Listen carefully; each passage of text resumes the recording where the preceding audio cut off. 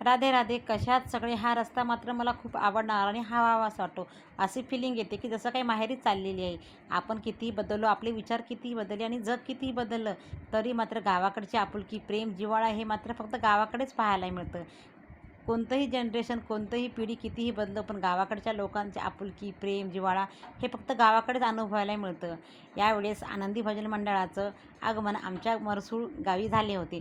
सोपनाथ महाराजांच्या मंदिरामध्ये बरेच दिवसापासून भजन करण्याचं ठरवलं होतं, पण तो योग काही लागला नाही. स्त्रीच्या मनामध्ये यावेळेस आला आणि बायकांनी लगेच फायनल केलं की आपण रविवारी गावाकडे जाऊ.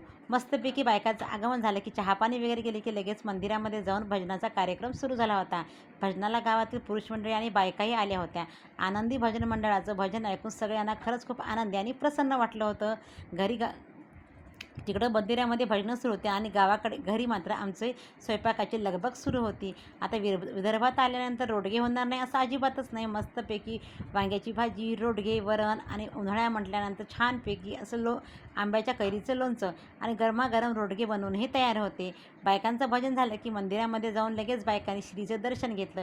आता श्रीचं दर्शन घेण्याच्या प्रत्येक आनंदी भजन म्हणतात स्त्रीला आनंद होता की यावेळेस स्त्रीचं दर्शन आणि झाडणी आणि तीर्थप्रसाद मिळणार आहे.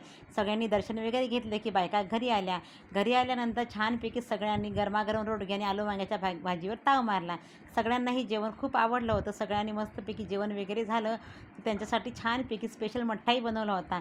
जेवणाचा आनंद घेतला की लगेच बायका घरी जाण्यासाठी परत निघाल्या होत्या.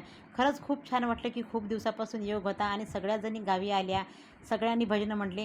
गावातील लोकांना आणि आम्हालाही खूप आनंद झाला. लगेच संध्याकाळ झाली की त्यांचा परतीचा प्रवास निघाला. खरंच आनंदी भजन मंडळाचं सादरीकरण आणि भजन खूप मस्त आहे.